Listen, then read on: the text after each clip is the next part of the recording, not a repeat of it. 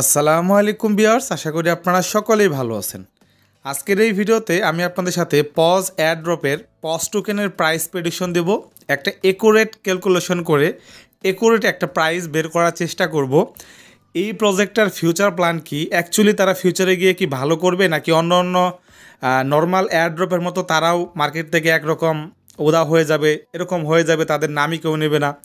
So কি হবে বা এদের উদ্দেশ্যটা কি, দ্য প্রাইস কেমন হবে, আপনাদের সেল করা উচিত কি না, এই সব কিছু নিয়ে আমি ভিডিও করার চেষ্টা করতেছি।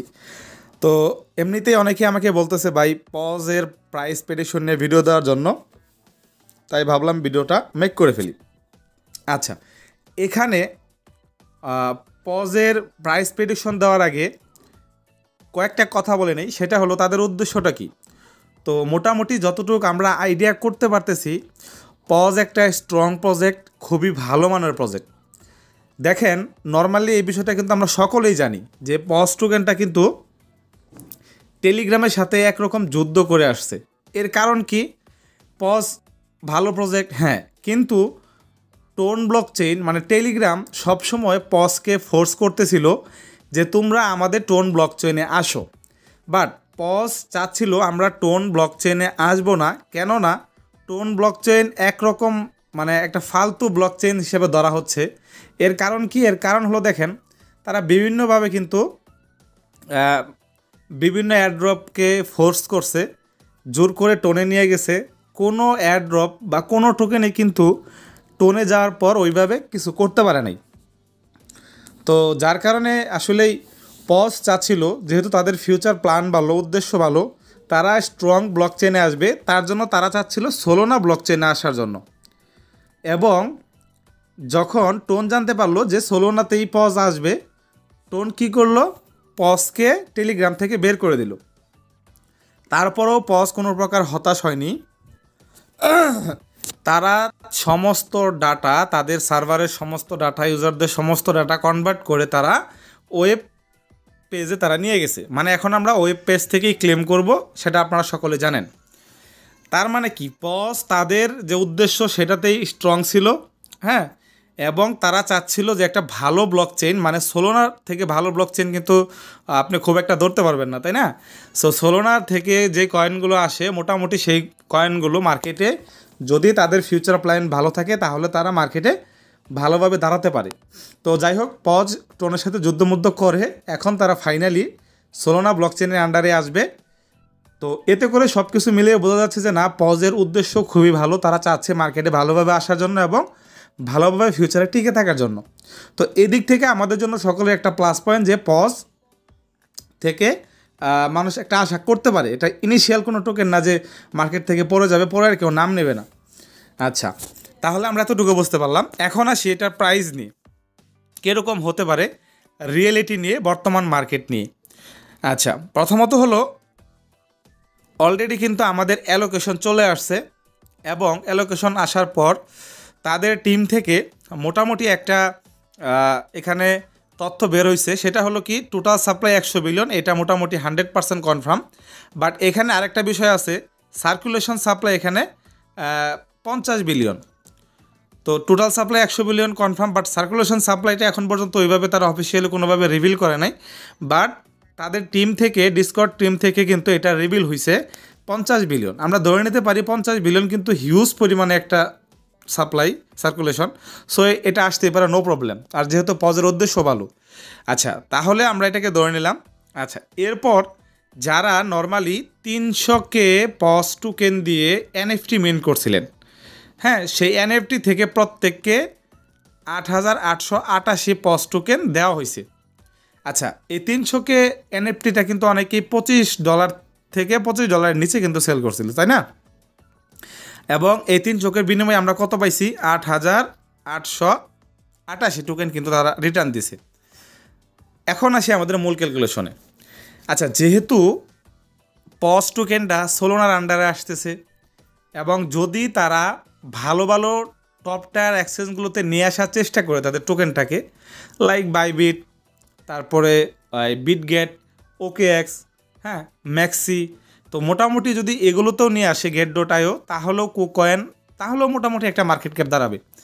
আচ্ছা, বর্তমান যেহেতু মার্কেট কন্ডিশন একটু রিকভার হচ্ছে আগের থেকে, ওইভাবে কিন্তু রিকভারের প্রশ্নই আসে না, বাট হালকা একটা স্পাইক দিচ্ছে। তো মোটামুটি বলা যাচ্ছে যে না, তারা লিস্টিং হতে পারে মার্চের প্রথম সপ্তাহে, সে পর্যন্ত মার্কেটটা একটু ভালো হতে পারে। আচ্ছা, এখন তাহলে এই প্রজেক্টের টোটাল মার্কেট ক্যাপ কেমন হতে পারে, এটা কয়েকটা বিষয়ের উপর ডিপেন্ড করবে। তারা কোন কোন এক্সচেঞ্জগুলোতে আনতেছে, কতগুলো এক্সচেঞ্জগুলোতে আনতেছে, টপ টায়ার এক্সচেঞ্জ এবং বেশি এক্সচেঞ্জ নিয়ে আসতে পারলে তাদের কিন্তু মার্কেট ক্যাপটা ভালো দাঁড়াবে। আচ্ছা, ধরে নিলাম তাদের মার্কেট ক্যাপ কিন্তু অন্য অন্য নর্মাল প্রজেক্টের মতো না, একটু ভালো হবে। আমার আইডিয়া অনুযায়ী 100 থেকে 200 মিলিয়ন মার্কেট ক্যাপ কিন্তু অনায়াসে হতে পারে এই প্রজেক্টের। দেখেন না, এই যে কি বলে মিমিফাই, তারপরে হলো হ্যামস্টারের মতো ফালতু প্রজেক্ট, এগুলো তো কিন্তু 500-600 মিলিয়ন মার্কেট ক্যাপ দাঁড়াইছিল, কারণ তখন একটা হাইপ ছিল, ট্রেন্ড ছিল। তো ওরকম না ধরে আমরা মাত্র 100 থেকে 200 মিলিয়ন মার্কেট ক্যাপ ধরলাম। এখন আসি প্রাইস নিয়ে। তো মার্কেট ক্যাপকে সার্কুলেশন সাপ্লাই দিয়ে ডিভাইডেড করলে কিন্তু আমাদের একটা প্রাইস বের হয়ে যাবে। আচ্ছা, আমরা ধরে নিলাম মার্কেটে 100 মিলিয়ন মার্কেট ক্যাপ হবে পস টোকেনের, এবং টোটাল সার্কুলেশন সাপ্লাই যদি আমরা 50 বিলিয়ন ধরি, ওয়েট, তাহলে দেখেন আমাদের প্রাইস কি দাঁড়াচ্ছে 0.002। সো এই প্রাইসটাই কিন্তু আমাদের হতে পারে যদি 100 মিলিয়ন মার্কেট ক্যাপ হয়। আচ্ছা, তাহলে এখন যদি আমরা মনে করেন এটাই প্রাইস, তাহলে এই প্রাইসে আপনি কত পেতে পারেন? এভারেজে দেখলাম অনেকের 10,000-এর মতো টোকেন থাকতে পারে, মানে 300K থেকে যে 8,888 পাইছে, সব মিলিয়ে দেখা গেল 10,000 অ্যাভারেজ টোকেন থাকতে পারে অনেকের, বেশিরভাগ মানুষের। তাহলে যদি আপনার কাছে 10,000 টোকেন থাকে, প্রাইস যদি 0.002 হয়, তাহলে দেখেন আপনার এখান থেকে প্রফিট হতে পারে $20।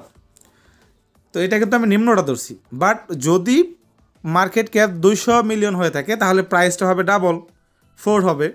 তাহলে দেখেন 10,000 টোকেনে $40 হতে পারে। সো এটা কিন্তু যদি $40 হয়, তাহলে কিন্তু মোটামুটি কমিউনিটির জন্য যারা কষ্ট করছে মোটামুটি একটা ভ্যালুয়েবল প্রফিট তারা পাচ্ছে। সো আইডিয়া আছে যে 200 মিলিয়ন মার্কেট ক্যাপ হওয়ার চান্স আছে, এবং যদি অনেকগুলো এক্সচেঞ্জে টপ টিয়ার এক্সচেঞ্জগুলোতে নিয়ে আসতে পারে, মার্কেট ক্যাপ বাড়তে পারে, নো প্রবলেম, যেহেতু কন্ডিশন অন্যরকম এখন। তো সেক্ষেত্রে আমরা 200 মিলিয়নের বেশি ধরলাম না। যদি 200 মিলিয়নের বেশি মার্কেট ক্যাপ হয়ে যায় তাহলে আমাদের লাখ ভালো, তাহলে আমাদের এখানে প্রাইসটা আরও বাড়তে পারে। আচ্ছা, তাহলে আমরা ধরে নিলাম যে নর্মাল 200 মিলিয়ন যদি ধরি তাহলে প্রাইস হবে 0.004, 100 মিলিয়ন ধরলে 0.002। এখন আপনি ক্যালকুলেশন করতে পারেন আপনি পস টোকেন থেকে কত প্রফিট পেতে পারেন। তবে